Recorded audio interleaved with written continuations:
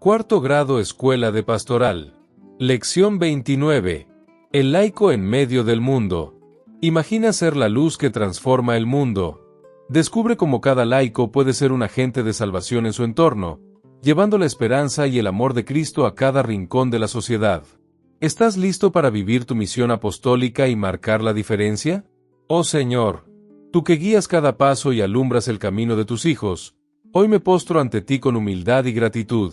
Inspírame con la luz de tu amor y sabiduría, para que pueda comprender en lo profundo la lección aprendida, el llamado de cada laico a ser testigo vivo de tu palabra en el mundo.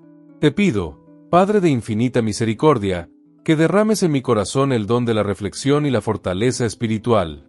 Ayúdame a ver, en mi vida diaria, las oportunidades de servir y transformar mi entorno, recordándome siempre que cada acción es un reflejo de tu amor salvador.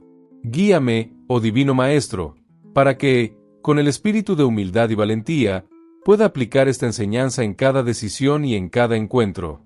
Ilumina mi mente para discernir tu voluntad y fortalece mi fe, para que pueda avanzar siempre hacia la plenitud de la vida en Cristo. Agradezco, Señor, la oportunidad de crecer espiritualmente y aprender de las palabras de sabiduría que nos has legado. Que esta oración sea un puente que me una más estrechamente a ti, llenando mi ser de paz, esperanza y renovado compromiso para ser luz en medio del mundo. Amén. Toca a la Iglesia hacer conciencia de las naciones y a los laicos, sus dirigentes. Con el estudio pormenorizado que hemos hecho del decreto sobre los laicos, Apostolicam Actuositatem, termina nuestra instrucción acerca de la función que el laico ha de desempeñar como miembro de la Iglesia dentro de la vida eclesial. En este estudio, hemos podido contemplar que, ciertamente, los seglares tienen un lugar, un derecho y un deber, todos simultáneamente, dentro de ella. También nos hemos concienciado de la urgente necesidad que tiene la Madre Iglesia de que todos sus hijos entren en acción apostólica, para que ella pueda dar cumplimiento a la misión renovadora del mundo que Cristo le encomendó, a fin de que cumpla efectivamente su ser signo de unidad y salvación entre los hombres. El laicado tiene como específico escenario de su actuación en tal sentido no tanto los lugares destinados al culto, por más que le toque compartir mucho de ello. Los papas han insistido en que su ambiente apostólico es el mundo, con sus entornos y características, y es allí donde le toca cumplir su misión específica de agente de salvación. La Constitución Pastoral del Concilio Vaticano II, Gaudium et Spes, cuyo estudio ahora vamos a abordar, nos enterará sobre esto. Aunque consta de dos partes, estas guardan una unidad esencial. Su nombre de Constitución Pastoral obedece a que, apoyada en principios doctrinales, expresa la actitud de la Iglesia ante el mundo. Por esto, ni en la primera parte falta la intención pastoral, ni en la segunda la intención doctrinal. En la primera parte, la Iglesia expone su doctrina sobre el hombre y el mundo. En la segunda parte, considera con mayor detenimiento diversos aspectos de la vida y ejecutiva de la vida social, social society actual, particularmente ciertas cuestiones y problemas que hoy son los más urgentes en esta materia. Ello hace que en esta última parte la materia, aunque esté tratada sobre principios doctrinales, tenga no solo elementos permanentes, sino también algunos contingentes y mutables. Hay que interpretar, por tanto, esta Constitución según las normas de la teología, teniendo en cuenta, sobre todo en su segunda parte, las circunstancias mudables de los asuntos en ella abordados. Dada su antigüedad de ya 40 años, bien podemos entender el porqué de que los nuevos problemas surgidos desde entonces no hayan sido tratados todavía. Con todo, podemos formarnos un criterio sobre ellos siguiendo las enseñanzas del pasado. Este estudio nos dará capacidad para entender el desarrollo de los nuevos acontecimientos y nos preparará para afrontarlos. Sigamos con atención la instrucción de los padres sinodales. Constitución pastoral sobre la Iglesia en el mundo actual Gaudium et Spes. Gozo y esperanza. Proemio. Unión íntima de la Iglesia con la familia humana universal. 1. Los gozos y las esperanzas, las tristezas y las angustias de los hombres de nuestro tiempo, sobre todo de los pobres y de cuantos sufren, son a la vez gozos y esperanzas, tristezas y angustias de los discípulos de Cristo. Nada hay verdaderamente humano que no encuentre eco en su corazón. La comunidad cristiana está integrada por hombres que, reunidos en Cristo, son guiados por el Espíritu Santo en su peregrinar hacia el reino del Padre y han recibido la buena nueva de la salvación para comunicarla a todos. La Iglesia, por ello, Se siente íntima y realmente solidaria del género humano y de su historia. Destinatarios de la palabra conciliar. 2. Por ello, el Concilio Vaticano II, tras haber profundizado en el misterio de la Iglesia, se dirige ahora no solo a los hijos de la Iglesia Católica y a cuantos invocan a Cristo, sino a todos los hombres, con el deseo de anunciar a todos cómo entiende la presencia y la acción de la Iglesia en el mundo actual. Tiene, pues, ante sí la Iglesia al mundo, esto es, la entera familia humana con el conjunto universal de las realidades entre las que ésta vive. El mundo, teatro de la historia humana, con sus afanes, fracasos y victorias. El mundo, que los cristianos creen fundado y conservado por el amor del Creador, esclavizado bajo la servidumbre del pecado, pero liberado por Cristo, crucificado y resucitado, roto el poder del demonio, para que el mundo se transforme según el propósito divino y llegue a su consumación. Al servicio del hombre. 3. En nuestros días, el género humano, admirado de sus propios descubrimientos y de su propio poder, se formula con frecuencia preguntas angustiosas sobre la evolución presente del mundo, sobre el puesto y la misión del hombre en el universo, sobre el sentido de sus esfuerzos individuales y colectivos, sobre el destino último de las cosas y de la humanidad. El Concilio, testigo y expositor de la fe de todo el pueblo de Dios congregado por Cristo, no puede dar prueba mayor de solidaridad, respeto y amor a toda la familia humana que la de dialogar con ella acerca de todos estos problemas, aclarárselos a la luz del Evangelio y poner a disposición del género humano el poder salvador que la Iglesia, conducida por el Espíritu Santo, ha recibido de su fundador. Es la persona del hombre la que hay que salvar. Es la sociedad humana la que hay que renovar. Es, por consiguiente, el hombre, pero el hombre todo entero. Cuerpo y alma, corazón y conciencia, inteligencia y voluntad. ¿Quién será el objeto central de las explicaciones que van a seguir? Al proclamar el concilio la altísima vocación del hombre y la divina semilla que en éste se oculta, ofrece al género humano la sincera colaboración de la Iglesia para lograr la fraternidad universal que responda a esa vocación. No impulsa a la Iglesia ambición terrena alguna. Solo desea una cosa: continuar, bajo la guía del Espíritu, la obra misma de Cristo, quien vino al mundo para dar testimonio de la verdad, para salvar y no para juzgar, para servir y no para ser servido. Exposición preliminar. Situación del hombre en el mundo de hoy. Esperanzas y temores. 4. Para cumplir esta misión, es deber permanente de la Iglesia escrutar a fondo los signos de la época e interpretarlos a la luz del Evangelio, de forma que, acomodándose a cada generación, pueda la Iglesia responder a los perennes interrogantes de la humanidad sobre el sentido de la vida presente y de la vida futura, y sobre la mutua relación de ambas. Es necesario, por ello, conocer y comprender el mundo en que vivimos, sus esperanzas, sus aspiraciones y el sesgo dramático que con frecuencia le caracteriza. He aquí algunos rasgos fundamentales del mundo moderno. El género humano se halla en un periodo nuevo de su historia, caracterizado por cambios profundos y acelerados, que progresivamente se extienden al universo entero. Los provoca el hombre con su inteligencia y su dinamismo creador, pero recaen luego sobre el hombre, sobre sus juicios y deseos individuales y colectivos, sobre sus modos de pensar, y sobre su comportamiento para con las realidades y los hombres con quienes convive. Tan es así esto, que se puede ya hablar de una verdadera metamorfosis social y cultural, que redunda también en la vida religiosa. Como ocurre en toda crisis de crecimiento, esta transformación trae consigo no leves dificultades. Mientras el hombre amplía extraordinariamente su poder, no siempre consigue someterlo a su servicio. Quiere conocer con profundidad creciente su intimidad espiritual, y con frecuencia se siente más incierto que nunca de sí mismo. Descubre paulatinamente las leyes de la vida social, y duda sobre la orientación que a ésta se debe dar. Jamás el género humano tuvo a su disposición tantas riquezas, tantas posibilidades, tanto poder económico, y, sin embargo, una gran parte de la humanidad sufre hambre y miseria, y son muchedumbre los que no saben leer ni escribir. Nunca ha tenido el hombre un sentido tan agudo de su libertad, y entre tanto surgen nuevas formas de esclavitud social y psicológica.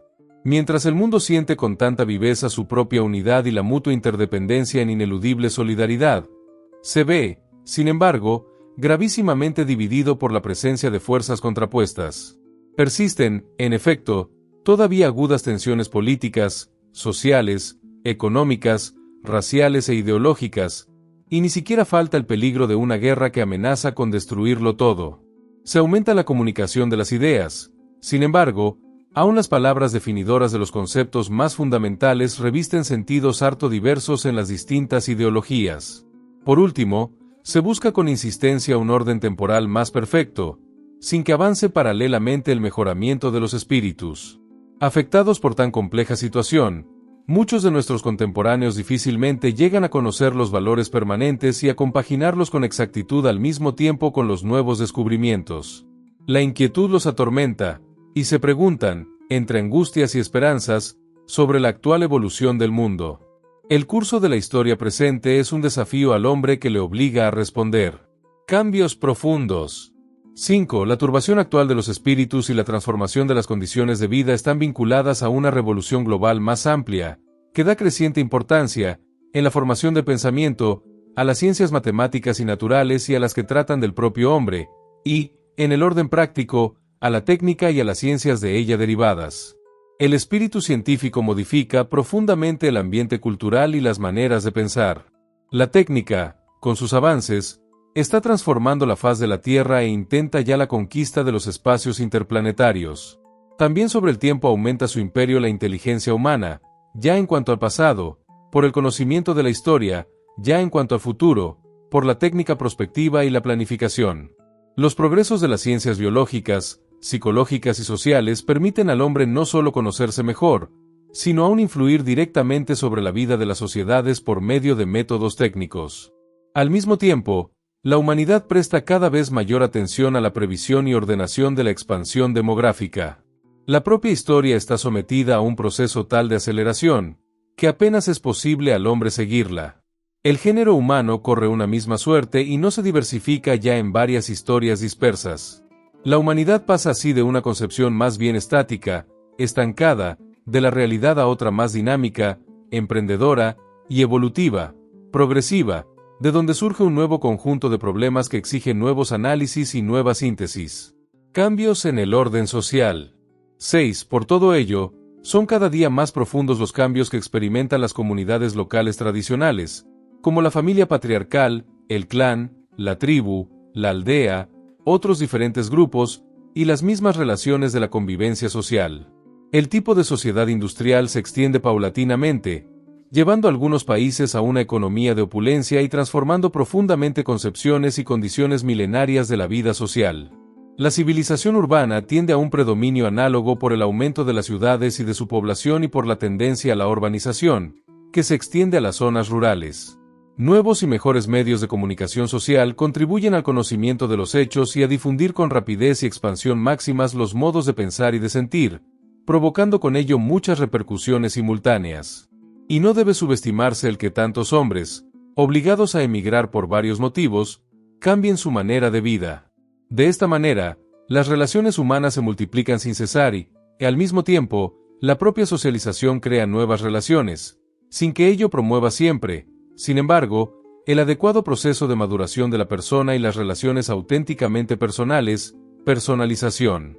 Esta evolución se manifiesta sobre todo en las naciones que se benefician ya de los progresos económicos y técnicos, pero también actúan los pueblos en vías de desarrollo, que aspiran a obtener para sí las ventajas de la industrialización y de la urbanización. Estos últimos, sobre todo los que poseen tradiciones más antiguas, sienten también la tendencia a un ejercicio más perfecto y personal de la libertad. Cambios psicológicos, morales y religiosos. 7. El cambio de mentalidad y de estructura somete con frecuencia a discusión las ideas recibidas. Esto se nota particularmente entre jóvenes, cuya impaciencia e incluso a veces angustia, les lleva a rebelarse. Conscientes de su propia función en la vida social, desean participar rápidamente en ella. Por lo cual, no rara vez los padres y los educadores experimentan dificultades cada día mayores en el cumplimiento de sus tareas. Las instituciones, las leyes, las maneras de pensar y de sentir, heredadas del pasado, no siempre se adaptan bien al estado actual de cosas. De ahí una grave perturbación en el comportamiento y aún en las mismas normas reguladoras de éste. Las nuevas condiciones ejercen influjo también sobre la vida religiosa. Por una parte, El espíritu crítico más agudizado la purifica de un concepto mágico del mundo y de residuos supersticiosos y exige cada vez más una adhesión verdaderamente personal y operante a la fe, lo cual hace que muchos alcancen un sentido más vivo de lo divino. Por otra parte, muchedumbres cada vez más numerosas se alejan prácticamente de la religión. La negación de Dios o de la religión no constituye, como en épocas pasadas, un hecho insólito e individual. Hoy día, en efecto, se presenta no rara vez como exigencia del progreso científico y de un cierto humanismo nuevo.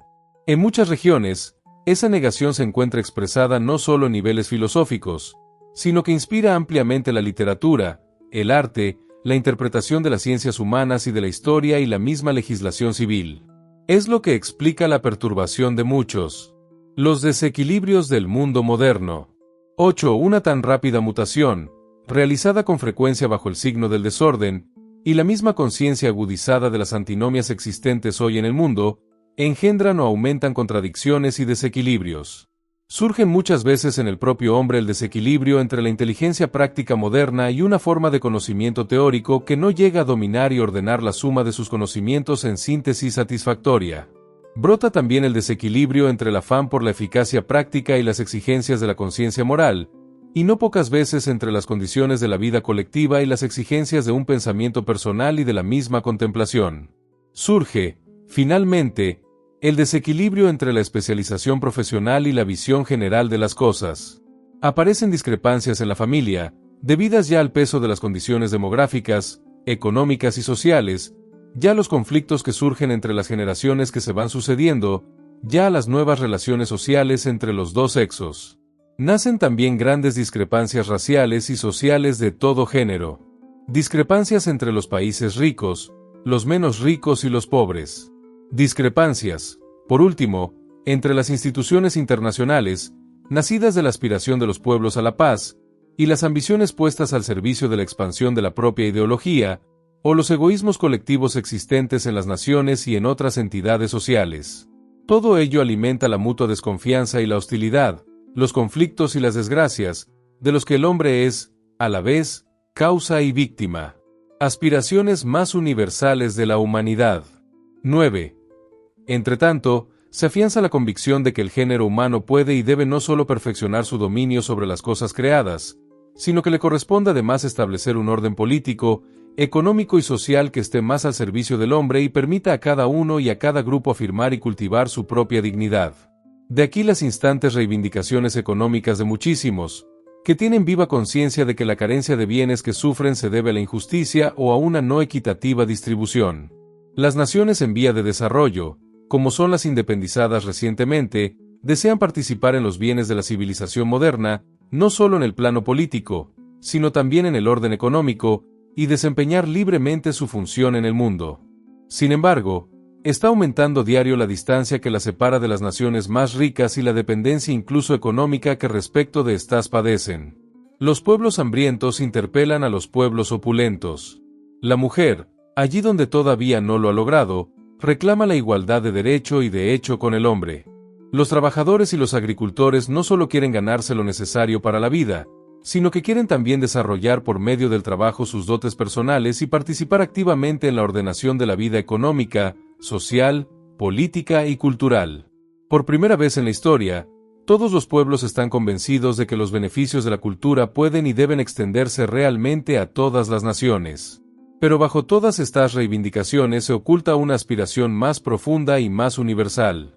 Las personas y los grupos sociales están sedientos de una vida plena y de una vida libre, digna del hombre, poniendo a su servicio las inmensas posibilidades que les ofrece el mundo actual. Las naciones, por otra parte, se esfuerzan cada vez más por formar una comunidad universal. De esta forma, el mundo moderno aparece a la vez poderoso y débil, capaz de lo mejor y de lo peor, pues tiene abierto el camino para optar entre la libertad o la esclavitud, entre el progreso o el retroceso, entre la fraternidad o el odio. El hombre sabe muy bien que está en su mano el dirigir correctamente las fuerzas que él ha desencadenado, y que pueden aplastarle o servirle. Por ello se interroga a sí mismo. Los interrogantes más profundos del hombre. 10. En realidad de verdad, los desequilibrios que fatigan al mundo moderno están conectados con ese otro desequilibrio fundamental que hunde sus raíces en el corazón humano. Son muchos los elementos que se combaten en el propio interior del hombre. Debido a que es criatura, el hombre experimenta múltiples limitaciones. Se siente, sin embargo, ilimitado en sus deseos y llamado a una vida superior. Atraído por muchas invitaciones, tiene que elegir y renunciar. Más aún, como enfermo y pecador, no raramente hace lo que no quiere y deja de hacer lo que querría llevar a cabo. Por ello siente en sí mismo la división, que tantas y tan graves discordias provoca en la sociedad. Son muchísimos los que, tarados en su vida por el materialismo práctico, no quieren saber nada de la clara percepción de este dramático estado, o bien, oprimidos por la miseria, no tienen tiempo para considerarlo. Otros esperan del solo esfuerzo humano la verdadera y plena liberación de la humanidad y abrigan el convencimiento de que el futuro del hombre sobre la tierra saciará plenamente todos sus deseos. Y no faltan, por otra parte, quienes, desesperando de poder dar a la vida un sentido exacto, alaban la insolencia de quienes piensan que la existencia carece de toda significación propia y se esfuerzan por darle un sentido puramente subjetivo. Sin embargo, ante la actual evolución del mundo, son cada día más numerosos los que se plantean o los que acometen con nueva penetración las cuestiones más fundamentales. ¿Qué es el hombre? ¿Cuál es el sentido del dolor, del mal, de la muerte, que, a pesar de tantos progresos hechos, subsisten todavía?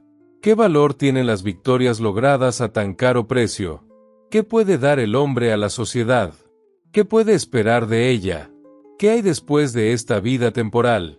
¿Cree la Iglesia que Cristo, muerto y resucitado por todos, da al hombre su luz y su fuerza por el Espíritu Santo a fin de que pueda responder a su máxima vocación y que no ha sido dado bajo el cielo a la humanidad otro nombre en el que sea necesario salvarse? Igualmente cree que la clave, el centro y el fin de toda la historia humana se halla en su Señor y Maestro. Afirma además la Iglesia que bajo la superficie de lo cambiante hay muchas cosas permanentes, que tienen su último fundamento en Cristo, quien existe ayer, hoy y para siempre. Bajo la luz de Cristo, imagen de Dios invisible, primogénito de toda la creación, el concilio habla a todos para esclarecer el misterio del hombre y para cooperar en el hallazgo de soluciones que respondan a los principales problemas de nuestra época. Continúa en la lección 30. Cuarto grado.